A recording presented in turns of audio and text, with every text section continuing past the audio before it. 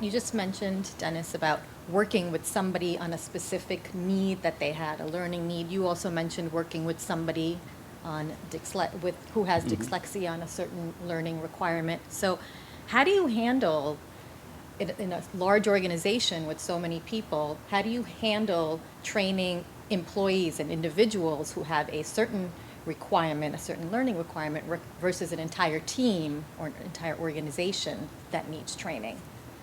We have something of an advantage because we've had to deal with this issue with assessments, right? So people require accommodation for assessments. So that's given us a greater knowledge of what's actually out there in a normal population. You're going to find a certain number of people who are dyslexic. You're going to find a certain number of people who have attention deficit.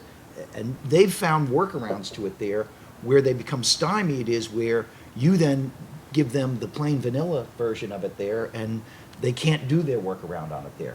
So I think the way in which we deal with it there is to first carefully understand what are the learner characteristics for this particular group. And I know that's sort of instructional design 101 there, but what often happens with my folks, with my team there, is that they tend to make assumptions and sort of jump past that. And I sort of have to bring them back there and tell me more about this group here. How do you know about this group here?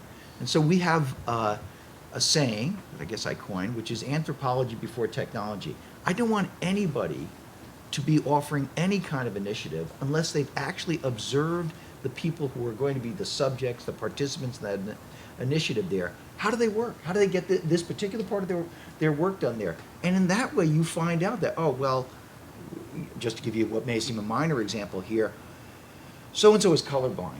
So we never use PowerPoint slides that are like with all these different color things here because you can't get that at all there. So we have different things. Oh, that's great. So that's what happens. Well, then when you go in and design the learning for that person, from that time on there, you're saying, for God's sake, don't throw all those colors up on the screen there. That's not going to do any good to there. So I think this idea of getting out and spending the time to do some observational interviewing with a group of people when you're going to do this pays off in that you find out what their needs are, and we certainly can respond to them. Mm-hmm. Dennis? I don't even know how to answer that. I mean, I don't know. I mean, we just put people in class. Everyone learns at a different pace. We don't measure people against people, so they learn, they go back. We have coaches that we have for technology. I mean, we have all kinds of stuff. So I don't know. But we do hire handicapped people. We'll hire people in a wheelchair. We have a couple of people that can only move their lips and talk. They can't do anything else. They're in a wheelchair. And we'll hire them, put them in a branch as a greeter. And we just love it because they inspire the customer and they inspire our employees.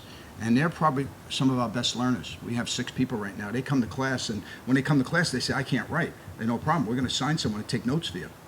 And we'll get them an audio book so that they can read the book and participate in the class. So we make a lot of accommodations. But, these are things we just love to experiment with because we know that there's a lot of energy there with people like that. So, but learning disability, I haven't come across anything yet where someone's colorblind. They probably are, but they haven't said anything. So.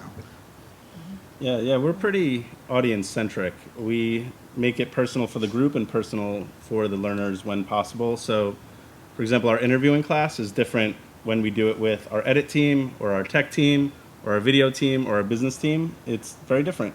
A lot of the core principles are still the same, but the scenarios are different, and it makes it feel personalized for them.